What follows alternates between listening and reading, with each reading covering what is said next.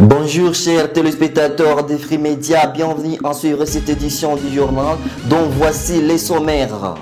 Des milliers d'élèves risquent l'abandon scolaire dans certaines sous-divisions de la province éducationnelle Sud-Kivu suite à leur absence remarquée dans les centres de passation de l'ENAFEP.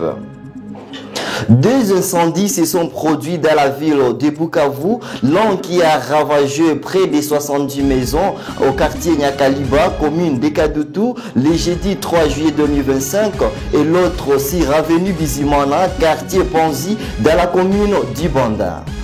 Les détails.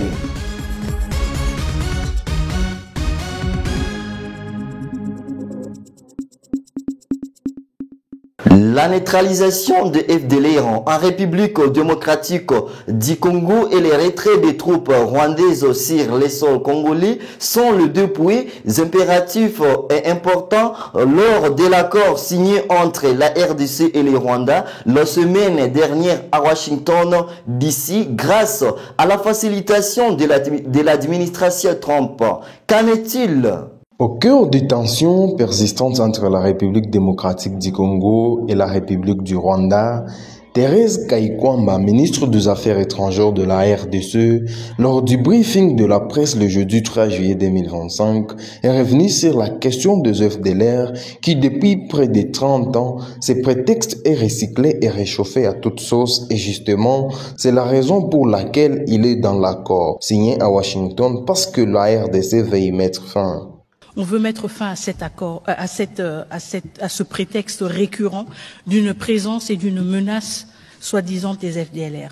Si tel est le cas, eh bien justement, nous avons un accord qui prévoit dans son CONOPS des étapes très claires, bien définies sur comment on va mettre fin à cette menace. Et je pense que c'est ce qui est très important, le fait qu'on dit qu'on aille au-delà, si vous voulez, de la rhétorique et des discours contradictoires et qu'on dise, très bien, on met fin à cette question une bonne fois pour toutes.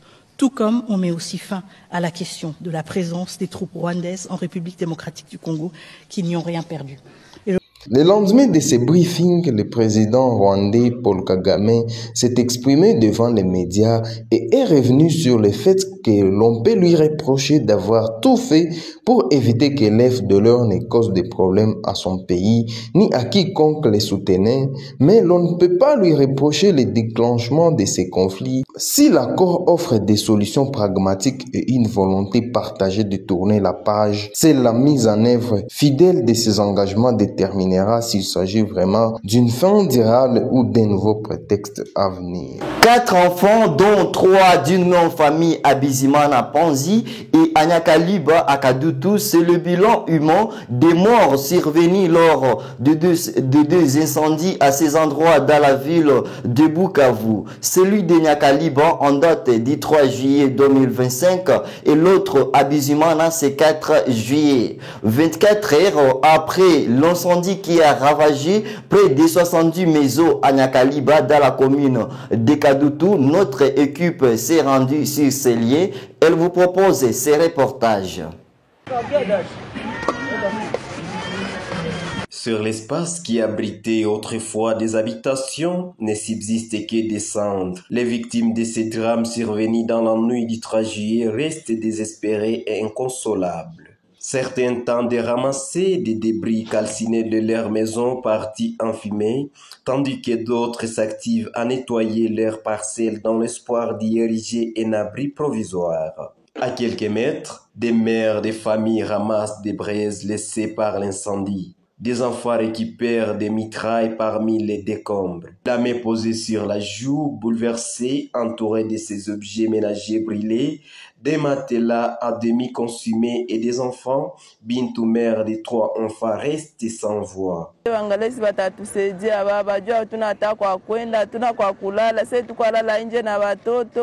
baridi napiga watoto na kupata chakula nao ni nguvu sana. Bakubwa nchi bangalie tukisi batatusaidia baba. Jua tunataka kufanya, tunataka kwenda. Même inquiétude chez Franck, père de 3 enfants.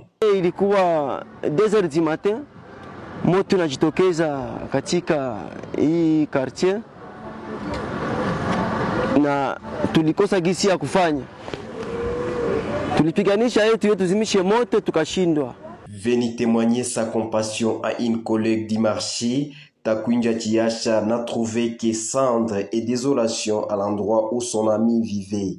Nilikiangalia rafiki yangu tunashindana msoko, ndio vile nilisikia kama alipata na hii shida, ndio nikasema nikie niangalie nini inafikana, na ndio maana mimi nafika hapa.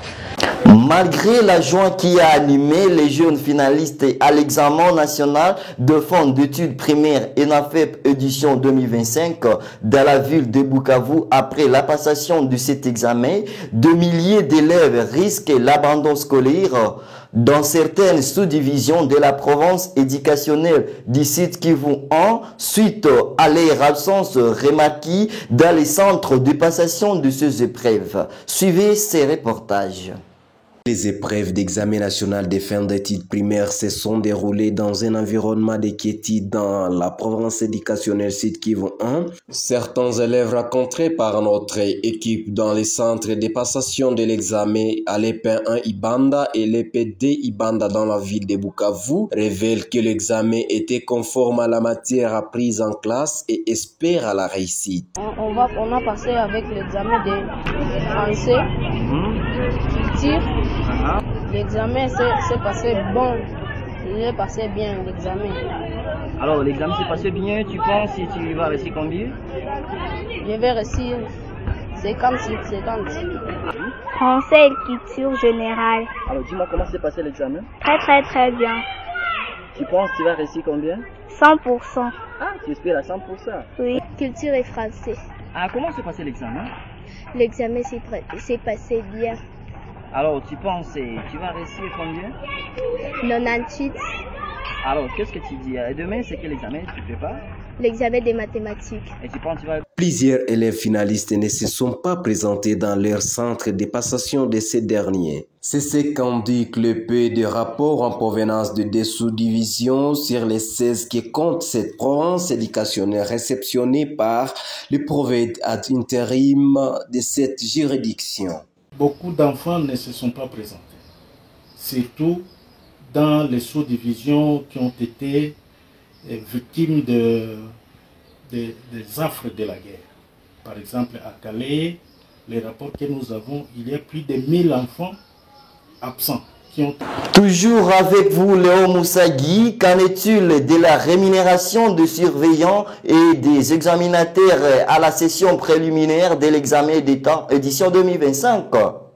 Le gouvernement a libéré la première tranche, même si ce n'est pas encore arrivé, parce que le processus est en cours, parce qu'il faut signer le contrat avec la maison RTL, ce qui est en train d'être fait au niveau de l'inspection générale.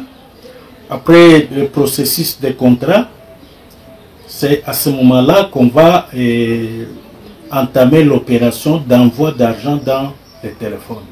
Mais jusqu'à présent, nous avons des assurances fermes que le gouvernement a déjà libéré l'argent et qu'il ne reste que le processus de contrat avec RTL, mais sinon tous les intervenants seront rémunérés comme prévu.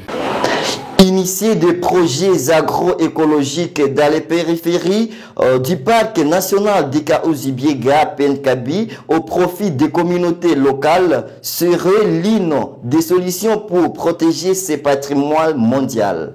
Propose Dokas Bolessi, chercheuse en environnement de l'Institut supérieur pédagogique ISP Bukavu, lors d'un entretien nous accordé ce vendredi 4 juillet 2025. Une conséquence vraiment néfaste dans le parc national de Kaouzi-Biega en termes de la déforestation et connaissant également les rôles que jouent nos forêts ou les rôles vitaux de la forêt en ce qui concerne la régulation climatique, mais aussi étant le poumon de la terre, cela a vraiment une conséquence non seulement locale mais aussi globale. Il est également important de pouvoir développer des alternatives économiques durables pour les communautés locales. Par exemple, en faisant la mise en place des projets agroécologiques en périphérie du parc national de Kahuzi-Biega. Cela permettrait également les communautés locales de pouvoir exercer des activités agricoles afin de pouvoir répondre également d'une manière ou d'une autre à leurs besoins. Merci chers téléspectateurs, téléspectatrices de Free Media. C'est la fin pour cette édition du journal. Merci de l'avoir suivi et à la prochaine.